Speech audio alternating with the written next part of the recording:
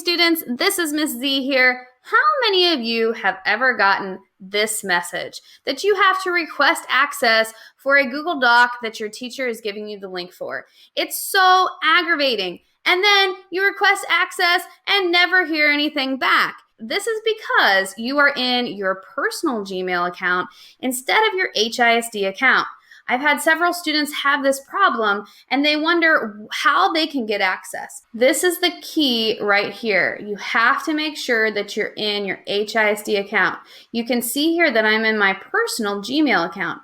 If I go down and grab my HISD account, now I can open up the document and have access to it because I'm now in my HISD account. Some of you may not have it set up where you can see all of your email accounts. If you need to add an email account, click on your little profile picture and press add, and then you can go in here and add. So let's say I want to add my HISD account.